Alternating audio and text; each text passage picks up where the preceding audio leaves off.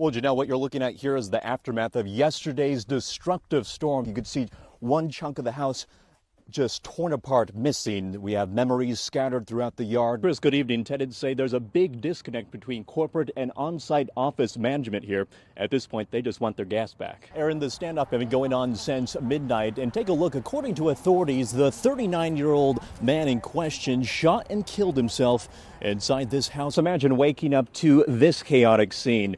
Well, it's a first for the Schroyer family, who tells me they're thinking twice now before planting another tree. Chris, still many unanswered questions, but what we do know is that 22-year-old Anthony Carrington was shot multiple times behind this apartment complex Sunday afternoon. Now take a look at this Sky 7 drone video. All throughout this small neighborhood, you have scenes like this: road closures, waters blanketing roadways, isolating residents. So the golfing may be coming to an end, but the parks themselves, we're talking Heinemann and War Memorial, will remain open. As you can imagine, lots of people aren't too happy. Residents of the Hawthorne apartment complex received this letter a couple days ago, which basically informs them that because of the government shutdown, the federal assistance portion of the rent is not being paid. Well, Beth, let me tell you, it's just an absolute mess. In this yard alone, we have 4 downed trees just ripped right out of the ground. And joining me now is Miss Bernice Holmes and family. Your reaction to this scene?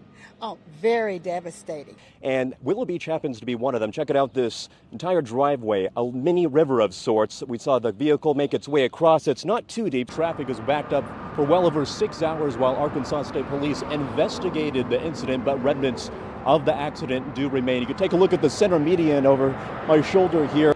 Oh, and it's absolutely packed here. This is a monumental day. Check it out, hundreds of people here at the SARACEN ANNEX, which comes 3.5 months after the Arkansas Racing Commission awarded Jefferson County a gaming license. From midnight up until around 3:30 this afternoon, Johnson County Road 1752 was blocked off to traffic. This all while authorities tried coming up with a peaceful resolution with a man out of North Little Rock. Chris, the sign says no trespassing, but Monday night an argument turned deadly. Corey Gibson found on the floor of the front entrance. One resident coming to the rescue, trying to comfort the victim, but it was too late. It's a mess. It's a big mess. Luann Blank is living in a lake. I can't live like this and paying rent like I'm paying over here. Heavy rains pummeled central Arkansas, including the Jefferson Manor Apartments Thursday. The makeshift river traveling down the hallway, seeping through furniture. I walked in and the water was standing up over my feet. Some of my stuff in the pantry in there. I got boxes of chair covers and stuff in there. I know they soaking wet. This isn't Blank's first time going through such a wet mess, considering she reported the problem a few months ago. She's surprised when maintenance comes to the rescue.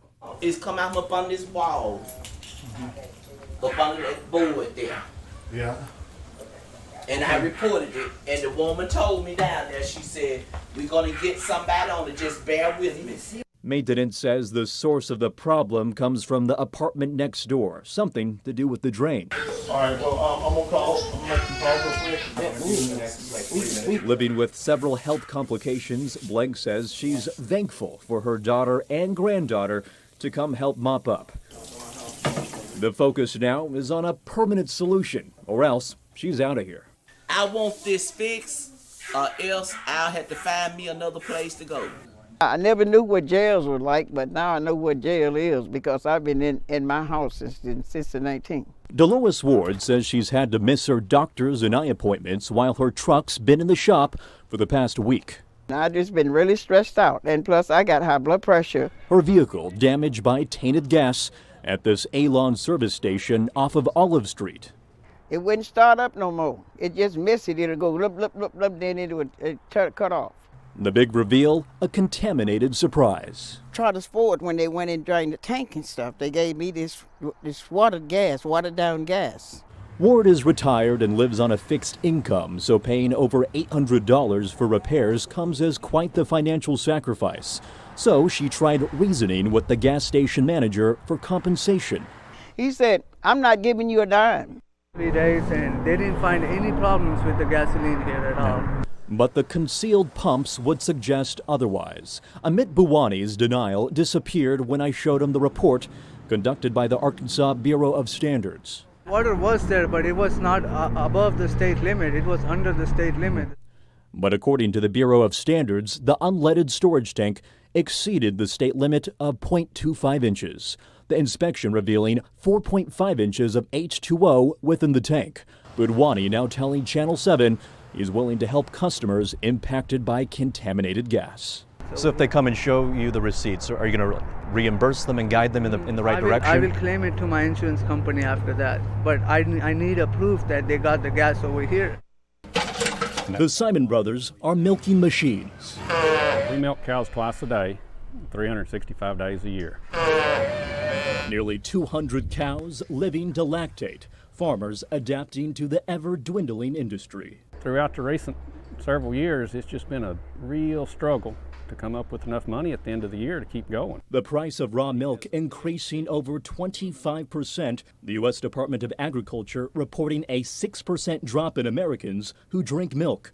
From the struggling processor to the producer, it's a business filled with uncertainty. The answer is simple. There's not been enough money generated to the business to keep everybody happy to stay in business. Over 20 years, Arkansas dairy farms plummeted from 650 to just 33. The problem is they don't ever come back. And so when you lose that, they're gone. And that's sad, but unfortunately true. These are the family-owned operations like in Conway, either forced to risk and adapt or bail out entirely. The Arkansas Farm Bureau is on the path to working with dairy co-ops to attract more producers to the natural state. Cost of production will be a little bit lesser, electricity costs, land costs, those factors are trying to entice people to come here. But we just hadn't got that first one to take that jump yet. The Simon brothers may not have the power to control the markets, And you're ready for the next cow. but they do have the passion to continue serving Arkansans, one cow at a time. It's a good lifestyle. I enjoy what we do, but at the same time, we have to be able to make some money to keep going in the future. Just want it fixed. You know, I'm not worried about anything else. I just, want the mold out of my house. Life at the Little Rock Air Force Base is a toxic mess for Ashley Mathis and her military husband. They've been living in private housing on this base since July 2018. This is actually underneath our kitchen sink. All these spores through here is all up the inside of the air vent. The situation goes back 6 months when Mathis discovered mold infestation throughout the house. She says maintenance claimed the black stuff was simply condensation buildup. But in recent weeks, Mathis consulted with the Department of Human Services, confirming the presence of mold. Since then, maintenance, overseen by Hunt Military Communities, has changed their tune. The fact that I knew I was sleeping so close to that and breathing that in every night and concerned how much of it my kids were breathing in was a huge deal. A Hunt spokesman emailed saying, quote, Hunt takes the responsibility of serving those who serve and sacrifice so much for our country extremely seriously. This year, we have taken additional steps to improve our processes and procedures for addressing resident concerns, implementing a Hunt Promise helpline for direct contact between residents and corporate management. And it's primarily corporate management that this military wife and mother of two has a problem with. After our experience with the base here, we've actually vowed to never ever live in military housing again. Not wanting to be identified, she says constant denials of mold existing inside her home, the absence of prompt fixes has taken a toll on her family life. They've been living in a hotel for a couple weeks. Just the stress alone has caused not only problems with my health, but it's caused problems in my marriage. It just continues to show that they're not saying the customer is always right. We're always wrong if we're living in Hunt housing. 991 houses, 677 tenants scattered across Little Rock Air Force Base.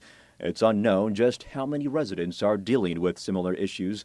Lieutenant Colonel Michael Stefanovich emphasizes that the military serves as a liaison between residents and Hunt. So I would say that the airmen always have that opportunity to go and address their concerns. And if they don't feel like their concerns are being addressed, that's why we here as the leaders on the base can get involved if we feel like it's necessary to ensure that we have that safe and healthy living environment. These two military families feel left in the dark, housing conditions met with Band-Aid fixes, plans to move to another Air Force base already underway. But this time, they'll be living off base. We know that that's a financial risk, but that risk is better to us than our health with base housing.